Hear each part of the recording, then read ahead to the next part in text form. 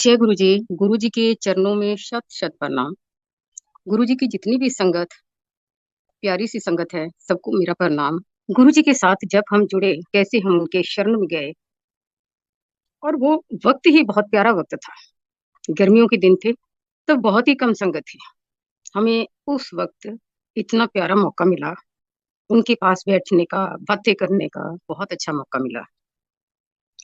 जी है कि उस वक्त की जो संगत थी, वो बहुत हाई फाई थी। क्लास वन पीपल थे, अच्छे लोग थे, और उनके बीच हम भी बैठे। हम क्या थे? कुछ भी नहीं थे। आज भी हम कुछ नहीं है। जैसे जैसे हमारे दिन बीतने लगे, तो हम डेली क्या देखते थे गुरु जी के पास। शब्द चलने, शाम के टाइम दरबार लगता था उनका, 7 ऑनवर्ड्स होता था। तो जैसे ही दरबार शुरू होता था, जैसे कम लोग थे, उसके बाद धीरे धीरे बढ़ने शुरू हुए। जब बढ़ने शुरू हुए, तो डेली हम देखते थे ये गुरु जी करते क्या है। जो कोई भी आते थे, कोई भी आते थे। उस वक्त इतना अंकल आंटी का रिवाज नहीं था। कोई नाम से बुलाते थे, या वैसे हाय हेलो नमस्ते था। जो भी आता था, अपनी कोई ना कोई प्रॉब्लम लेके आता था, और प्रॉब्लम भी इतनी बड़ी होती थी जिसका कोई हल नहीं है। सब दुनिया में घूम के इलाज करा के तब गुरु जी के पास, और आके हमेशा जो भी आता था वो कहता था जी मैंने हार गया हूँ, मैंने सब ट्रीटमेंट करवा लिए, सब जगह में घूम के आ गया, पर अब आपकी शरण में आया हूँ। तो गुरु जी का क्या काम था? 1 सेकंड नहीं लगता था उनको। तो जितनी भी हमारी लाइफ की बीमारियां, अंदर की बीमारियां हैं, ये गुरु जी के लिए कुछ भी नहीं है। ये तो उनकी एक निगाह, रहमत की एक निगाह हो जाए, बस खत्म बीमारियां। तो हम सोचते थे कि गुरु जी के पास ऐसी कौन सी शक्ति है, इनके पास ऐसी कौन सी सिद्धि है, क्योंकि ईश्वर तो हमने कभी नहीं सोचा था। तो ऐसी कौन सी शक्ति है जिससे वो 1 सेकंड नहीं लगाते ठीक करने में। जितने भी संगत आई उस टाइम बढ़ने लगी, जितनी भी संगत आई, 1 सेकंड नहीं लगाते थे उसकी बीमारी को ठीक करने में। ऐसे ऐसे उस टाइम केस थे कि डेथ बेड से खींच के ले आते थे, यमराज से खींच के ले आते थे बंदे को। बहुत ऐसे हमने केस देखे उस टाइम। गुरु जी कहाँ कहाँ है। गुरु जी किसी के घर में भी बैठे हैं, गुरु जी एम्पायर स्टेट में भी बैठे हैं, गुरु जी जलंधर में भी है, गुरु जी डुगरी में भी है। हर जगह गुरु जी विराजमान है। और लोग उस टाइम, हम लोग कंफ्यूज थे, कहते भी थे कि तुम कंफ्यूज हो। हम सोचते थे कि ये गुरु जी करते क्या है। जितनी भी उस टाइम की संगत आए, हम आपस में बातें करते थे कि आज गुरु जी ने ये करा, कल गुरु जी ने ये करा। और बड़े, जिसको कहते हैं ना, हमारे लिए बहुत ये एक एंटरटेनमेंट सोर्स होता था। बड़ा इंटरेस्ट लेते थे कि गुरुजी ने तो आज ये कर दिया, गुरुजी ने हमारे कल ये कर दिया, वो कर दिया, बस ऐसे था। उस ईश्वर ने बहुत बारी कहा कि रब थोड़े अगे बैठा पर तुसी पहचान नहीं रहे। उसी वक्त बात को बदल देते थे, और पता ही नहीं लगने देते थे कि उन्होंने वर्ड्स क्या कहे हैं। हमारी आंखों के आगे पर्दा डाल देते थे, हम भूल जाते थे। फिर वो कहते थे एमी पत्थर न टकरा मारते रहते, समझो। और उन्होंने पता नहीं कितने रूपों में दर्शन दिए। हमें तो दिए दर्शन, साक्षात दर्शन दिए बहुत रूपों में। वो तो होली बुक्स के अंदर ही वो दर्शन दे देते थे, वो जगह नहीं देखते थे कि कहाँ दर्शन दे रहे हो। ईश्वर ने कभी नहीं देखी जगह। उनके लिए, ईश्वर के लिए, मेल फीमेल दोनों बराबर ही थे। कई बार कहते थे कि मैनू ता कीड़ियां काटे से दिखते, जितनी भी संगत है मेरे को तो कीड़ियां काटे से लग रहे हैं। उनकी पावर इतनी थी, जब भी कोई उनके आगे आता था, संगत आती थी, आते ही वो इतनी उनका पावर था कि उसकी 7 जन्म पिछली हिस्ट्री, प्रेजेंट में वो बंदा कहाँ है, कहाँ रहता, उसकी फैमिली क्या है, उसकी बैकग्राउंड क्या है, उसके पास फाइनेंस क्या है, और वो उसका करेक्टर क्या है, बिहेव क्या है प्रेजेंट में, और अगले 7 जन्म में वो कहाँ जाएगा। कई बार हमारे सामने ही बैठे कई लोगों की फाइलें खोल देते थे। लोग डरते थे, संगत डरती थी कि गुरु जी हमारी कहीं फाइल ना खोल दें। हर आदमी की अपनी पर्सनल लाइफ होती है, पर्सनल हिस्ट्री होती है, पर उनको सब पता होता थी कौन सी कितनी इनकी अलमारियां, उनमें कपड़े क्या पड़े, किचन में कौन से बर्तन पड़े हैं, ए टू जेड सब चीजें पता होती थी। तो ऐसे ही हमारा उनके साथ यात्रा चल रही थी, और यात्रा भी इतनी आनंदमय यात्रा थी वो। हम एक एक पल का उनके साथ आनंद ले रहे थे। उन्होंने हमें इतनी मौजें लगवाई।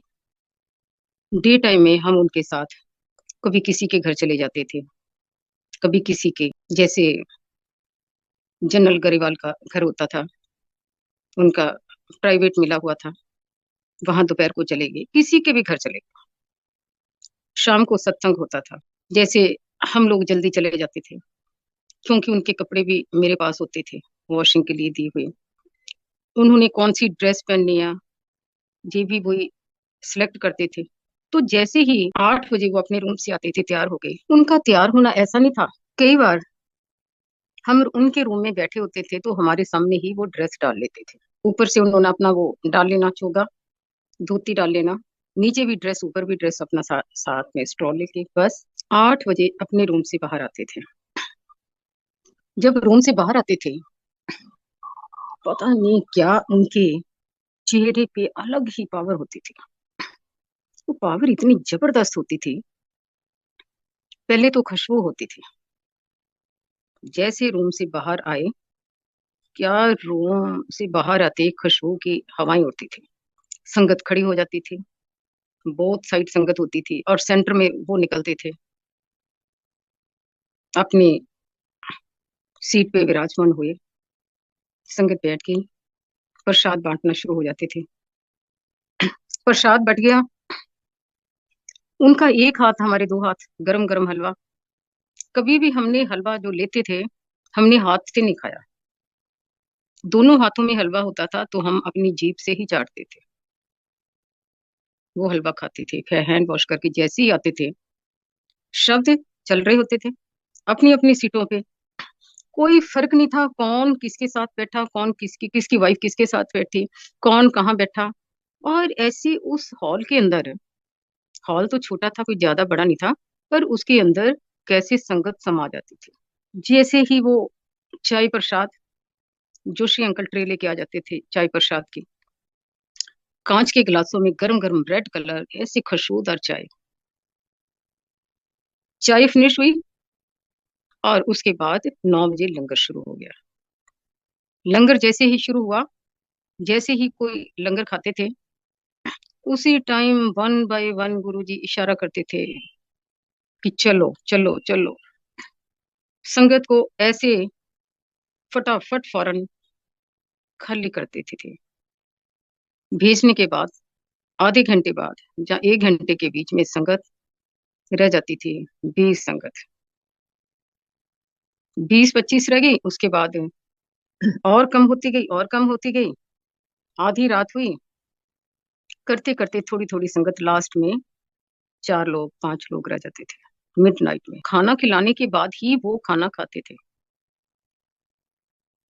अपनी ड्रेस चेंज करते थे, जितने अपने उतारते थे, इशारा करते थे, मैं उनके रूम में जाती थी और अपने कपड़े बदलते थे, वॉशरूम में जाते थे। और एक उनकी आवाज जरूर होती थी, ये आवाज उनकी गूंजती जैसे भंवरा बोलता, ये आवाज होती थी उनकी। वॉशरूम में जाना गुनगुनाते हुए जी आवाज, और वापस आना तो शर्मा आंटी ले चुक। मैं घुटनों के बल बैठी होती थी अपना बैग लेके, अले चुक, तो आके ले आई। फिर कई बार ये कह देते थे, कड़क करके लेके आई, ठीक है गुरु जी। कड़क मीन्स मांड लगा के लेके आना। उसके बाद जैसी रात बढ़ती थी, उनका मूड होता था हमें दोबारा लंगर करा देते थे, उनका मूड होता था कोई चावल बनवा देने, उनका मूड होता था फिर दोबारा हलवे का प्रसाद दे देना। ये उनके मूड के ऊपर डिपेंड करता था। और एक उस टाइम रेड मैरून कलर का कारपेट था। कभी तो वो दीवार का यूं सहारा लेके बैठ जाते थे, पीछे तकिए दे देते थे, कभी वो लेट जाते थे, उनके सिर के नीचे कुशन दे देते या तकिया दे देते। बिल्कुल इतने सादे वे से, नॉर्मल वे से हम उनके साथ बैठते थे, बातें करते थे। और बातें भी क्या होती थी, छोटी छोटी बातें, इधर उधर की बातें, पर उनकी बातों का तत्व था। जो भी बातें उनके मुंह से निकली हैं, जो हमारे लिए निकली हैं, वो प्रैक्टिकल बिल्कुल ठीक साबित हुई है। जो जो उन्होंने कहा वही वही हुआ। एक बार कहते थे, जब भी बैठते थे, शर्मा, हाँ जी गुरु जी, ले, हम वेस्ट दिल्ली में थे, शर्मा साउथ दिल्ली भी आ जा। ठीक है गुरु जी। गुरु जी कैसे आऊं मैं साउथ दिल्ली? फिर एक दो दिन बाद फिर, शर्मा साउथ दिल्ली भी आ जा। ठीक है गुरु जी। उनके जाने के बाद 2010 में हमने ये साउथ दिल्ली में शिफ्ट करा, और जो घर भी लिया गुरु जी ने ही दिलवाया। गुरु जी को सब पता, मैंने बताया ना, उनको सब पता फ्यूचर आने वाला क्या है। जब भी हम उनके पास होते थे, वो अंदर की जितनी भी हमारी प्रॉब्लम्स है, हमारी बीमारियां हैं, वो स्टेप बाय स्टेप खत्म कर देते हैं। बीमारियों का रुख बदल देते हैं। कौन सी बीमारी, उसको किस बीमारी में कन्वर्ट करना। ऐसे शाम के टाइम हम उनके साथ बाहर कहीं घूमने चले जाते थे। जैसे रात होनी, उनका मूड होना, 12 बजे, चलो कटो गड्डियां हम। ठीक है गुरु जी। एम्पायर स्टेट से बाहर के गेट तक पैदल जाते थे हम उनके साथ, और ऐसी स्पीड से जाते थे, उनकी स्पीड बहुत थी चलने की। बाहर जाते ही किसी भी गाड़ी में बैठ जाते थे। कभी किसी होटल में चले गए, वहां गए, 5-6 लोग गए, वहां आइसक्रीम ले ली, कॉफी ले ली, कुछ ले लिया, और किसी का पर्सनल होटल होता था, वहां चले जाते थे। रात को कोई पता नहीं चलता था गुरु जी का मूड क्या बन जाता। 1-1.5 घंटे के लिए आउटिंग होती थी, बेशक एयरपोर्ट का क्यों ना चक्कर काट ले। एयरपोर्ट भी जाते थे, जहाँ किसी के घर चले जाते थे हम रात को। बस 1.5 घंटे के बाद राउंड मार के अपने एम्पायर स्टेट आ जाते थे। उसके बाद हमारी कभी हिम्मत नहीं हुई थी, कभी नहीं कह सकते थे गुरु जी हम जाएं। जब तक उन्होंने हुक्म नहीं देना तब तक हम नहीं जा सकते थे, चाहे सुबह हो जाए। और कई बार रात, सुबह भी हुई। सुबह की वॉकिंग भी उनके साथ हुई। दोपहर के टाइम भी एम्पायर स्टेट की लेफ्ट साइड की दुकानें, मूड होता था वहां हम लोग उनके साथ घूमने चले जाते थे, दुकानों के अंदर चले जाना। फिर हम गुरुजी से कई बार पूछते थे, गुरुजी कोई चीज पसंद आई आपको? कहते थे नहीं। तो ऐसे तो उस ईश्वर के साथ हमने मौजे ली, हमें पता ही नहीं था कि वो साक्षात ईश्वर है धरती पे। कभी भी उनसे बिना पूछे हमने घर का कोई काम नहीं करते थे। हस्बैंड ने भी जाना होता था, कहीं जाना होता था, कहीं मीटिंग होती थी, तो गुरुजी रोक देते थे, शर्मा हल्ले नहीं जाना। एक बार जम्मू कश्मीर में मीटिंग थी, गुरुजी ने उनको 5-6 दिन रोक के रखा। जिस दिन भेजना था तो कहते कल चला जाए। बच्चों का पूरा ध्यान रखा, हमारा पूरा ध्यान रखा। वो आज भी रखते हैं। आज भी पहले से भी ज्यादा, जो फिजिकल फॉर्म में हम उनके साथ थे, आज उससे भी कहीं गुना ज्यादा वो अपनी प्रेजेंस दिखा देते कि मैं पल पल तुम्हारे साथ हूँ, पल पल साथ हूँ। उनके साथ हमने ट्रेवलिंग का आनंद लिया। ट्रेवलिंग कभी हम उनके साथ बाहर जाते थे, उनका काफिला यूं चलता था, 20-25 गाड़ियां होती थी नॉन स्टॉप, यूं भागती थी। उस टाइम कभी गाड़ियां रुकी नहीं। ये नहीं होता था आज तो 2-2 मिनट में जाम लग रहा, कभी कोई गाड़ी आगे आ रही, कोई गाड़ी आ रही। उस टाइम ऐसा नहीं था। उस ईश्वर के रास्ते में कभी कोई रुकावट नहीं आई। कई जगह ब्रेक मारते थे हम खाने पीने के लिए भी, उनके साथ कभी जलंधर, कभी पटियाला, कभी डुगरी, उनके साथ बहुत ट्रेवलिंग करी। एक बार हम वापस आ रहे थे डुगरी से, गुरु जी के साथ ही। गुरु जी हमारी गाड़ी में बैठे हुए थे, तो हम शाहबाद के पास, अब तो फ्लाईओवर बन गया, उस टाइम फ्लाईओवर नहीं था, लेफ्ट साइड में एक होटल था, प्रिंस, शायद प्रिंस है, वो होटल था। उस टाइम वो कुछ नहीं था। हम चाय पानी के लिए उतरे, गुरु जी ने कहा ब्रेक मारो, उतरे, उतर के उसके अंदर गए। देखा तो क्या लोगे गुरुजी, चाय पीना, कुछ नहीं, बस अंदर घूमे और घूम के फिर हम आधा घंटा इधर उधर देखा, फिर गाड़ी में आके बैठ गए। नेक्स्ट दोबारा हम उसी रूट से निकले। तब गुरुजी ने थे, उस होटल के साथ ही एक इम्पोर्टेड सामान की दुकान है। गुरुजी के बहुत दर्द होती थी, क्योंकि उस टाइम इतनी अकल तो होती नहीं कि वो गुरुजी के दर्द क्यों हो रही है। गुरुजी कभी सबसे मुखिया मरवाते थे, कभी टांगे हमने दबानी उनकी, कभी पैर, कभी किसी से अपने वो दबाते थे। हमने वहां से चाय पी। उसके बाद वो इम्पोर्टेड जो दुकान थी उसके अंदर घुस गए। तो मैंने पूछा, मैंने कहा भैया जी क्या है। आज से बात होगी, 22-23 साल पुरानी बात है। तो उसने कहा ये मसाजर है, इम्पोर्टेड, किसी को दबाने, हाथ से दबाने की जरूरत नहीं। तो ये मशीन चलती है और इससे अपने आप सारा बॉडी को तुम दबा सकते हो। तो मैंने इनको कहा, मैंने कहा जी ये ठीक चीज है गुरुजी के लिए, क्योंकि उस टाइम हम इतने दीवाने थे गुरुजी के, हमें अपनी चीजों का कभी ख्याल नहीं आता था। गुरुजी के लिए, गुरुजी के लिए ये चाहिए, गुरुजी के लिए वो चाहिए। और गुरुजी बड़े फ्रीली फैमिली की तरह बता देते थे, मेरे को ये चाहिए, मेरे को वो चाहिए, मेरे को ऐसा होना चाहिए, मेरे को ऐसा होना चाहिए। तो मैंने कहा जी मशीन ले लेते हैं और फिर किसी को दबाने की जरूरत नहीं रहेगी। मशीन ले ली हमने, उसकी पैकिंग भी बहुत बड़ी। शाम को गुरुजी के पास पहुंचे, क्योंकि हमारी आदत थी कहीं भी हम लोग जाते थे, जब दिल्ली पहुंचते थे सबसे पहले घर नहीं जाते थे गुरुजी के पास। हम गुरुजी के पास पहुंचे, उनके रूम में गए, बैठे हुए थे अपने बेड के ऊपर। तो कहते ऐ की लेके आई हैं। मैंने कहा गुरुजी देखो तो सही की है। मैंने कहा देखो, मैंने खोला उसको, उसका वो पॉइंट लगाया, तो उसको ऑन करा, तो बाजू पकड़ी ऐसे गुरुजी की। मैंने कहा जरा देखो, बस उसमें से आवाज आने लगी, ग्रो ग्रो ग्रो। क्या उसमें मसाज हुई। तो गुरुजी के सारे, गुरुजी हंसे। मैंने कहा गुरुजी अब कोई जरूरत नहीं आपको, ये देखो, ये सब मशीन मसाज करेगी आपकी सब कुछ। तो जैसे हमारा उस टाइम ऐसे भोलापन था, हम उस ईश्वर को पहचान ही नहीं पाए कि उस ईश्वर की था कहाँ है। गुरु जी के पास जितने भी कोई गिफ्ट आते थे, कोई भी आते थे, कोई सामान दिया, कुछ दिया, गुरु जी यूं बांट भी देते थे। उनका टेस्ट जो था, गुरु जी का हाई फाई टेस्ट था। ऐसी उनके साथ हमारी यात्रा चल रही थी और हमें उस यात्रा का आनंद आ रहा था।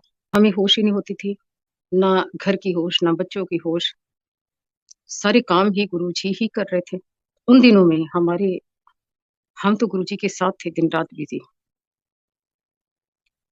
गुरु जी ने ऐसे ऐसे हमारी लाइफ के एक्सपीरियंस है, अपनी फैमिली के एक्सपीरियंस है, बच्चों के एक्सपीरियंस है, जो गुरु जी ने सारे काम करे। एक मैंने देखा, आप गुरु जी का अगर 10% करते हो, किसी भी तरह से उनको 10% करते हो, तो गुरु जी उसका वापस 100% करते हैं। अगर आप एक हाथ आगे बढ़ाते हो, गुरु जी 10 हाथ आगे बढ़ाते हैं और आपके हाथ को ग्रिप में ले लेते हैं। फिर कभी आप वापस नहीं जाते, वो अपनी शरण में ले लेते हैं। पर यह है कि संगत प्योर होनी चाहिए। संगत दिल की साफ हो, प्योर हो, अच्छे भावों वाली हो, तभी वो ग्रुप मिले। आज दुनिया भर की संगत जुड़ी हुई है। उस टाइम पे जब कम संगत थी गुरु जी के, देखते देखते तो बहुत बढ़ गई थी संगत। पर आज जो संगत लाखों में चली गई है, किसी भी संगत से आप पूछो, उस टाइम तो कहते थे कई बार, मैं तेरी एडमिशन ही नहीं की थी, हाले तेरी एडमिशन ही नहीं हुई। तो आदमी ऐसे फीका सा पड़ जाता था। कई ऐसी संगत थी उस वक्त भी, गुरु जी ऐसे हर संगत से बात नहीं करते थे। संगत आती थी, लंगर खाती थी और चली जाती थी। काम सबके हो रहे थे, पर गुरुजी बहुत कम बात करते थे। आज जो करोड़ों संगत जुड़ी है, लाखों की संगत जुड़ी है, आज गुरुजी का कई बार सोच के हम लोग भी हैरान होते हैं कि गुरुजी सबको ब्लेस कर रहे हैं। किसी भी संगत की आप कहानी सुनोगे, जो भी संगत गुरुजी के साथ जुड़ी है, वो ऐसे भाव से आपको सत्संग सुनाएगी कि गुरुजी ने उस पे कितनी मेहरबानियां करी हैं। तभी तो आज लाखों की संगत बड़े मंदिर में आप देखोगे, डेली लाखों लोग संगत लंगर करके जाती है। बड़े मंदिर में बड़े बड़े फंक्शन हो रहे हैं। किसकी कृपा से? उस ईश्वर की कृपा से। कौन चला रहा? गुरु जी। हेड ऑफ डिपार्टमेंट तो वही है। किसके थ्रू चला रहे हैं? कौन है? उनकी फैमिली, सेवादार, जितने भी सेवादार, हजारों सेवादार है, वो गुरु कृपा से ही है। ऐसी कोई सेवा गुरु जी की मिलती ही नहीं है बिन कृपा से। जब तक कृपा नहीं है तब तक सेवा नहीं मिलती। मेरे को कल मौका मिला जाने का, तो देखा कि वो दिन याद आए जब गुरु जी के साथ एक बार गुरु जी शर्मा गड्डी काट। हाँ जी गुरु जी ठीक है। गुरु जी कई बार ऐसे होता था, ये गाड़ी ड्राइव करते थे गुरु जी, साथ वाली सीट में बैठ जाते थे और मैं पिछली सीट पे बैठ जाती थी। इन दोनों की बातें सुनती थी कि आपस में क्या बातें कर रहे हैं। तो उन दिनों बड़े मंदिर की कंस्ट्रक्शन चल रही थी। गुरु जी के साथ गुरु जी कहते शर्मा गड्डी काट। जैसे हम बैठे, बड़े मंदिर की तरफ गाड़ी निकाली और टाइम बहुत हो गया था। आई थिंक 10:30 बजे के बाद हम निकले। तो पहले तो रास्ते में, उस रास्ते पे पहले स्पीड ब्रेकर होते थे, आज कोई भी स्पीड ब्रेकर नहीं है। गुरुजी बातें कर रहे थे, करते करते शर्मा गड्डी हौली चला, तेनू पता इतने 17 स्पीड ब्रेकर है। ठीक है गुरुजी। जैसी गाड़ी आगे बढ़ रही थी, इतने में गुरुजी ने देखा, शर्मा ए केड़ी जगह भाई कहा, कहते लगता गुरुजी ए फतेहपुर बेरी है। गुरुजी कहते ले इथे तक मेरिया लैना लगनिया। तो मैं बीच में बैठी, मैं हंस रही हूँ, मन ही मन में मुस्कुरा रही हूँ कि गुरुजी कितना गप्पे मार रहे हैं ऐसे। भी लाइनें इनकी क्यों लग जानी भाई? लाइनें क्यों लग जानी है? और इतनी दूर कहाँ मंदिर है, कहाँ ये है, तो लाइनें किस लिए लगनी? हम सोच भी नहीं सकते। इतने में बड़ा मंदिर आ गया और गेट बंद था। माली जो आज भी वही माली है, वो दौड़ा आया, आके उसने गेट खोला। जैसे अंदर एंटर हुए, गुरु जी ने कहा कितने तेरी मालन, उन्होंने कहा मिठे चौल बना। फौरन उसने गुरु जी के लिए चारपाई लेके आ गया। जो मेन दरबार है उसके बाहर चारपाई उसने कर दी, जो गांव वाली चारपाई होती है वो थी, और उसके ऊपर तकिया। मान लो कोई कोई चादर नहीं थी, कुछ नहीं था, तो गुरुजी ऐसे ही लेट गए और हम पिलर के साथ सपोर्ट करके बैठ गए। गुरुजी लेटे हुए हैं। ईश्वर, उस टाइम क्या बताऊं उनका, वो क्या रूप। ईश्वर लेटा हुआ और हम बैठे हुए हैं। 12 बज गए, 1 बज गया, 2 बज गए, जैसे 2:30 बजे ना, और बैठे बैठे हम थक भी गए। जब ढाई मैंने देखा घड़ी में, टाइम अपने 2:30 बजे हैं, तो मैंने मन ही मन में कहा, मैंने कहा गुरुजी बस करो, 2:30 बज गए हैं, स्कूल जाना, बच्चों ने भी जाना होगा। मन ही मन में कहा। एक सेकंड नहीं लगाया उठने में। 1 सेकंड में आके ऐसे चेहरा अपना उठ के मेरे पास ऐसे मुंह करके कहते चलिए फिर। मैंने कहा हाँ जी गुरु जी चलो। फटाफट उठे और हम गाड़ी में बैठे, वापस आए, एम्पायर स्टेट वापस आए, गुरु जी को छोड़ा। चलो भाई नमस्ते। नमस्ते का मतलब होता था चलो छुट्टी। बस हम घर आ गए बस। जब जब उन्होंने ये बातें कही हैं कि लेना लग जानी है, तो उस टाइम तो आदमी सोच भी नहीं सकता। आप सोच सकते हैं कि वो क्या पावर थी। एक दिन ऐसे यूं लेटे हुए थे, तो कहने लगे कि साईं दे जाने तो बाद था, पता नहीं 100 साल बाद मंदिर बने हैं, ते मेरे ते जांदे घर घर मंदिर बन जाने हैं। मैंने सोचा मन में, ये गुरुजी ने जाना कहाँ है जो कह रहे हैं कि मेरे जाते घर घर मंदिर बन जाने। और मंदिर तो इनके मंदिर क्यों बनने, ऐसे भी होता है भगवान के मंदिर घर घर बनते हैं। और मंदिर तो भगवान के होते हैं, ईश्वर के होते हैं, और घर घर में थोड़ी होते हैं मंदिर ऐसे। मतलब कई दिमाग में उस टाइम बातें आती हैं कि ऐसे गुरुजी ऐसे, इट मीन्स जिसको कहते हैं कि गुरुजी ने इतनी बड़ी वो गप मारी है कि मेरे जानते ही मंदिर बन जाने हैं। आज देखो, उनकी बातें सच है। उनके जाने के बाद आज घर घर में मंदिर है। दिल्ली में मोस्टली लोगों के घरों में मंदिर बने हैं। लोगों ने अपने ड्राइंग रूम को ही मंदिर में कन्वर्ट कर दिया। जिसके घर में नहीं सुविधा, उसका भी मन तरस रहा कि काश मेरे को जगह हो, मैं गुरुजी का मंदिर बना दूं घर में। किसी भी कंट्री में जाओ आप, ऑस्ट्रेलिया, कनाडा, यूएसए, सब घरों में मंदिर बने हुए हैं। न्यू जर्सी जाओ, किसी भी जगह जाओ, सब लोगों ने इतने प्यारे प्यारे मंदिर बना रखे हैं। लोगों को अपनी कपड़ों की चिंता नहीं है। हमेशा गुरुजी का सोचते हैं कि गुरुजी को कौन सा ड्रेस पसंद आएगी, कौन सा चोला पसंद आएगी। जितनी भी संगत है, वो अपने गुरु से बहुत प्रेम करती है, प्यार करती है, दिल से करती है, दिल से दीवानी है। आज हम कई देखते हैं, वीडियोस देखते हैं कि कैसे लोग मस्ती में अपना गुरु जी का सत्संग करते हैं। एक देखा, इस ईश्वर के आने से हमें बहुत ही ज्यादा प्लस पॉइंट मिले। जो नई जनरेशन है, बच्चे हैं, टीनेजर्स बच्चे हैं, वो गुरु जी के साथ जुड़ गए हैं। पेरेंट्स भी आते हैं, बच्चे भी आते हैं। पेरेंट्स भी सेवा करते हैं, बच्चे भी सेवा करते हैं। कई ऐसे बच्चे हैं जो अपना टाइम गलत जगह स्पेंड करते हैं,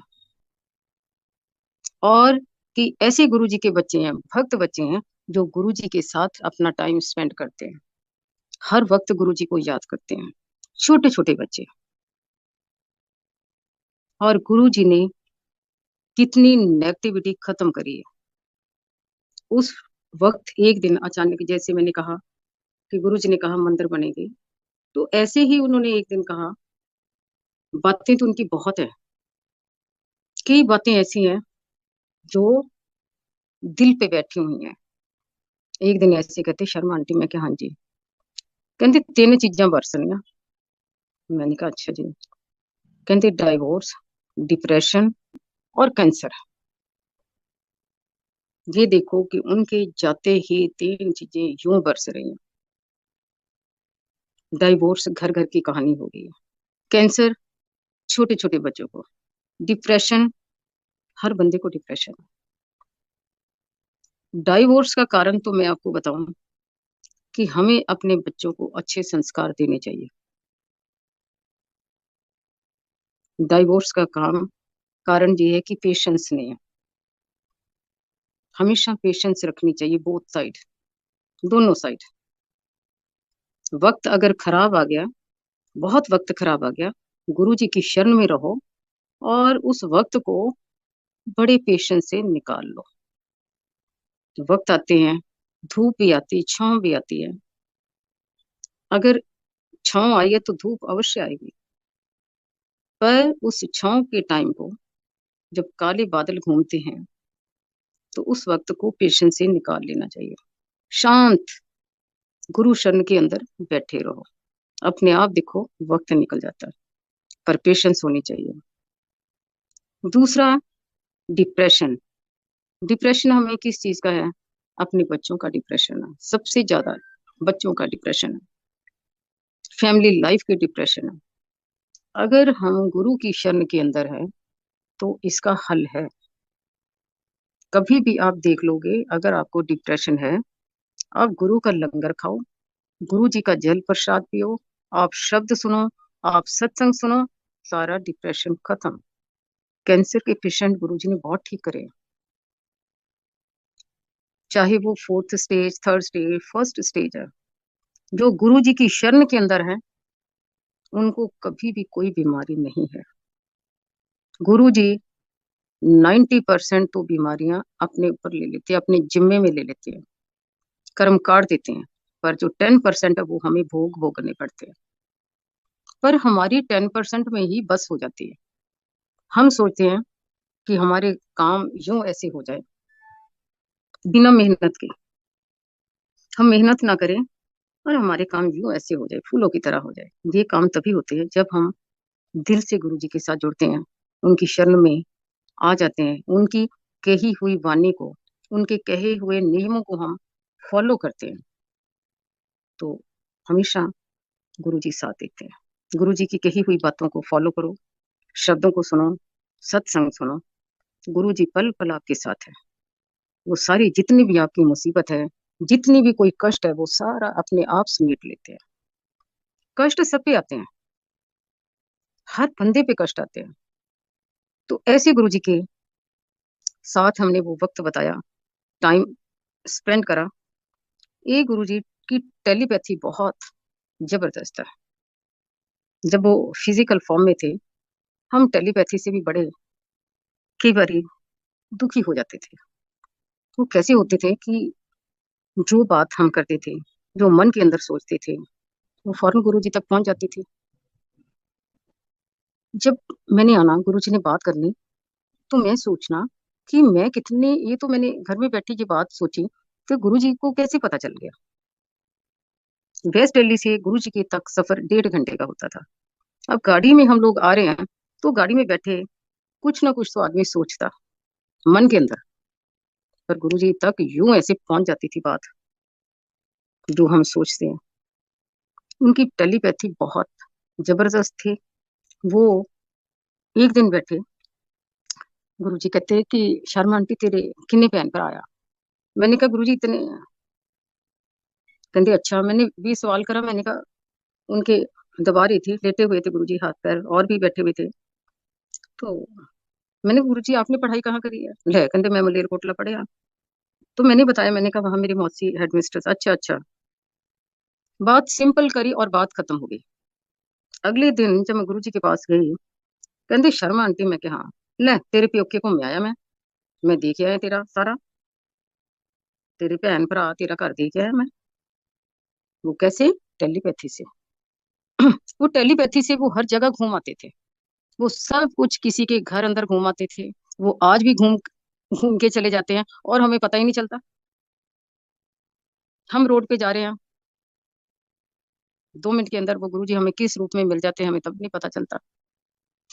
ऐसे बहुत ऐसे केस थे जब गुरुजी फिजिकल फॉर्म में थे, लोगों को कई रूपों में मिल जाते थे। जब वो शाम को माथा टेकने आते थे तो गुरुजी बता देते थे कि मैं तेन आज ਇੱਥੇ देखिया, मैं ਇੱਥੇ मिलिया। वो सब बता देते थे।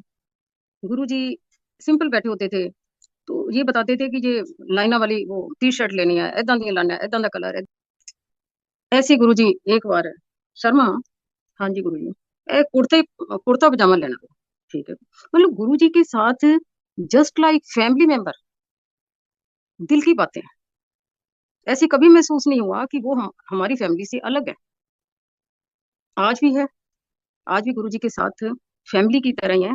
तो वो, मैं, हम एक दुकान थी करोल बाग में, रौनक, हम दोनों गए रौनक की दुकान पे, और हमने बड़े प्यारे प्यारे जैसे सिल्क के कुर्ते, मैचिंग के पजामे, बहुत प्यारे प्यारे आए। शाम को हमें बड़ा अच्छा लगता था जब शाम को हम लेके आते थे सामान, ऐसे कोई ना कोई लेके आते, हमें बड़ा अच्छा लगता। हम जल्दी आते थे, फिर गुरु जी के कमरे में भी बैठते थे, बहुत अच्छा लगता था। फिर बातें भी होनी, चाय भी पीनी है, गुरु जी ने भी पीनी है, हमने भी पीनी है। कोई साथ में मठियाँ भी होती थी, कभी कोई चीज खाने की चाय के साथ, बड़ा अच्छा लगता था गुरु जी के साथ। ऐसे कभी गुरु जी ने कहना शर्मा वे जामुन लेके आए, चाहे जामुन का मौसम हो ना हो। एक गुरु जी के लिए वो मैंगो मैं लेके आती, टींगा मैंगो, पीले पीले रंग के बड़े मैंगो, प्यारे मैंगो थे। तो उनके साथ हमें क्या पता कि ये साक्षात ईश्वर है, जिनके साथ हम बैठे हुए हैं? हम समझ नहीं पाए उनको, समझ नहीं पाए। तो आज बहुत अच्छा लगा। जय